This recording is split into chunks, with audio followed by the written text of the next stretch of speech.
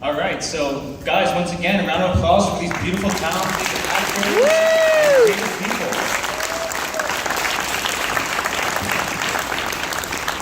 So how about we kick off this wonderful Q&A with some questions from the audience.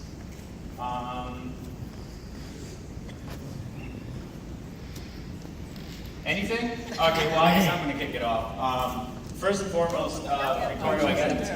Oh, yes, you right there. Shannon, how much MMA experience did you have before coming into this?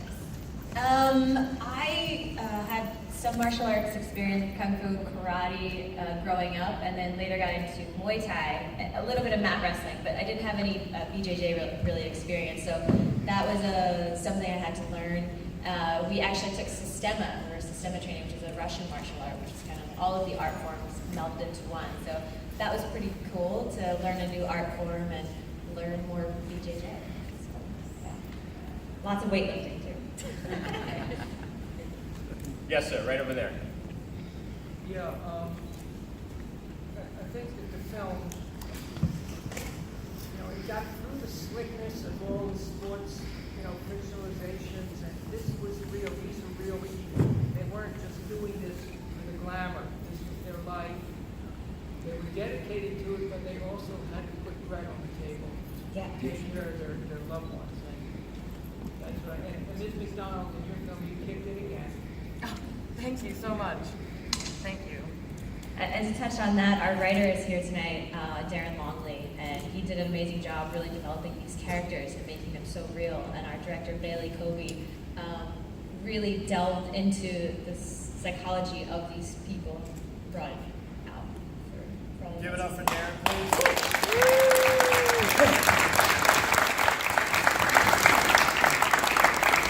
So I actually have a question for all you wonderful people out here with me. Give us a brief idea of what was the inspiration behind the film, and if you were an actor in it, tell us what you went through to get to the core of the character. So I'll kick it off with Ricardo. Kiss. Tell us a little about your film and what inspired you to tell that story. I did Kiss, which is the one that happened in the bathroom. These two male and female characters, and that was actually an exercise for an intensive editing, and what was a digital filmmaking intensive. That's all the education I have in films, and this was the last project, which was supposed to be a 5 minutes short. So I was very tight, and I think it had to be 5 minutes. So it just came to me. I don't know. It's just something that it was in me, and now it's going to be a future film with the relationship with the parents. It's going to be in Chile.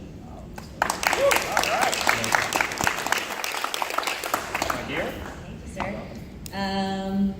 The inspiration? Inspiration, or what as an actor, where did you get that amazing character? Just Actually, to expound on that, as a producer as well, because I know you're a producer on this did, film, yeah. but I know that's the hardships that go through financing and everything. Anything on that end too?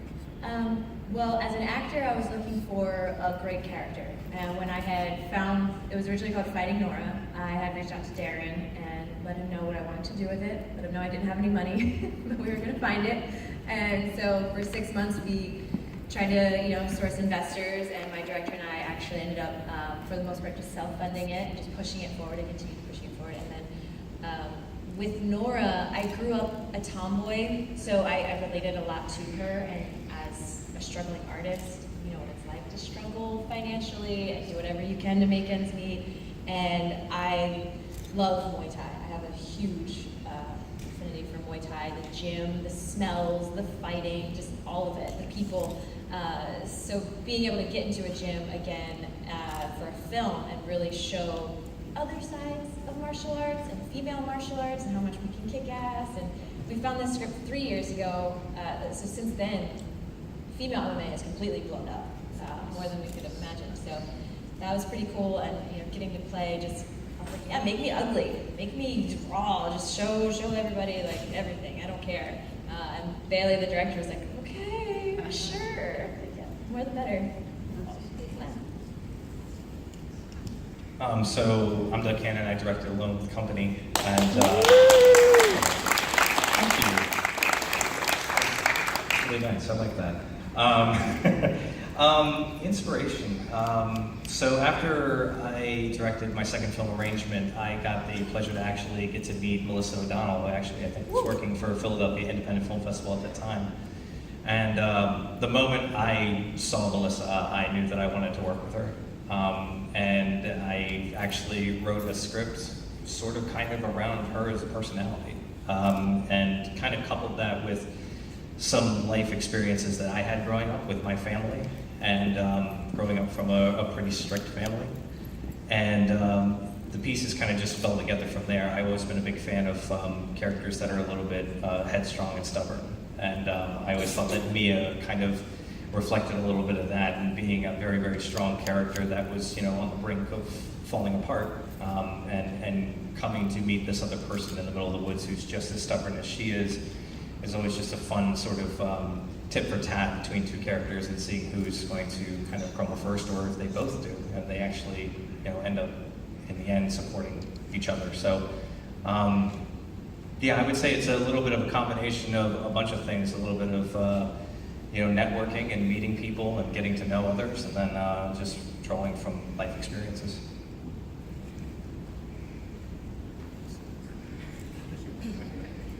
For a 17-minute film, we had a lot of rehearsals on Alone with Company, and in that time, Melissa and I got to know each other really well, and there was a feeling the day that I had shot that we were making something really special.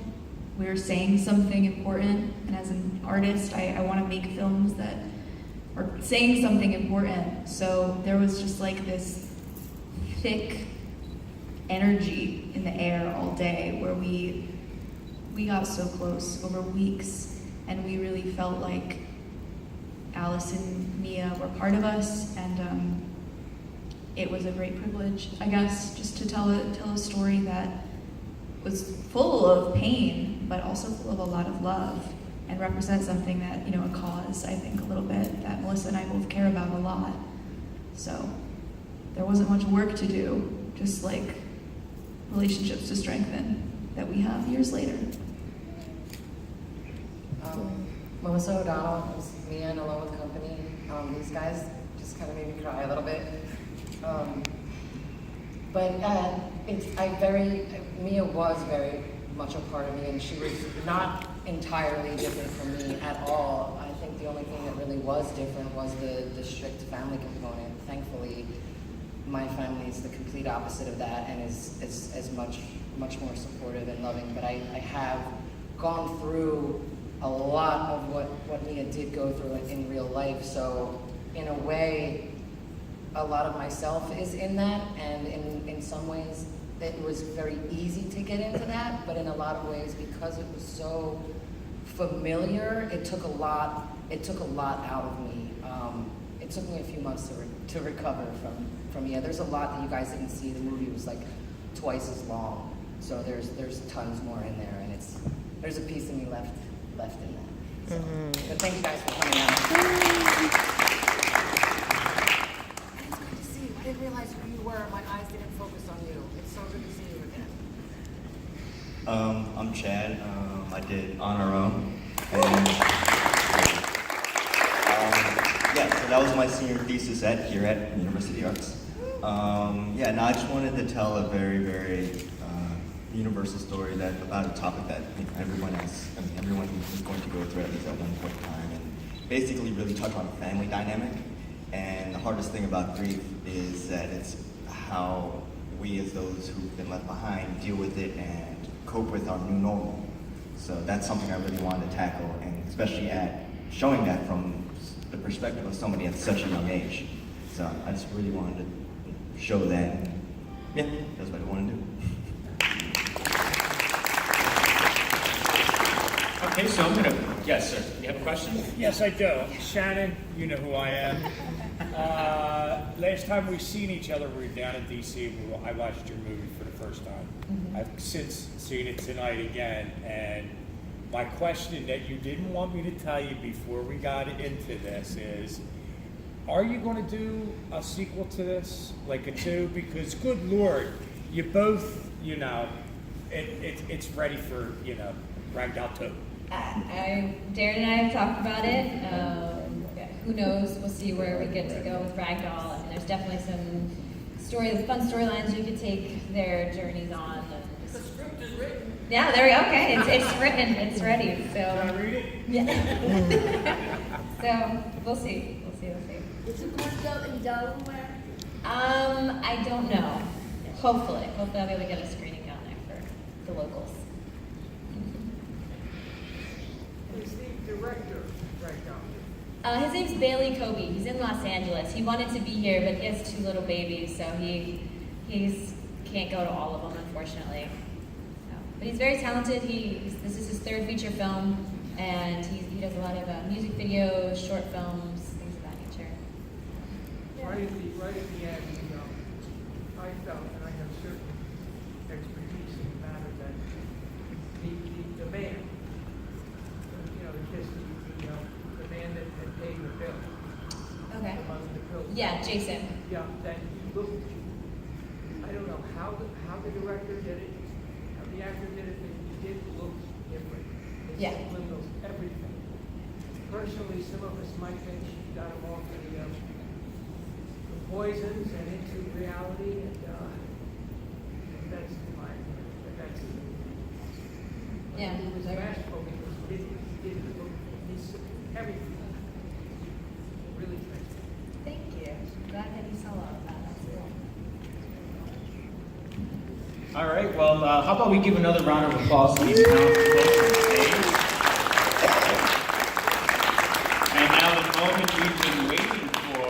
Brandon, you want to take over the mic for a minute, bro? All right, the Philadelphia Independent Film Festival, as of last year, we give out awards actually during these events as opposed to a after-party thing on the last night where a lot of people can't attend. We want to actually capture these moments that between family and talent and things like that. So that being said, there's some awards. I just want to congratulate everybody up here. We have over 600 submissions, so many things from all over the world. So all the people that are selected are winners to us, so just give a round of applause for all of these amazing filmmakers. Our awards tonight are for the first, which will have to be accepted on behalf, is Best Supporting Actress Feature, goes to Dot Marie Jones for Ragdoll.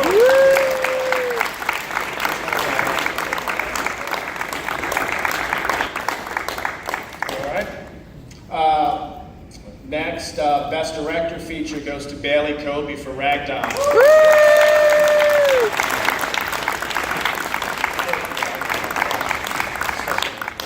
All right, and this one was a landslide with our board, which none of the other awards were, to be honest, because the heart and determination and the physicality and the emotion that was shown through this character of Nora was astounding. So please give a round of applause for Best Actress Feature Film, Shannon.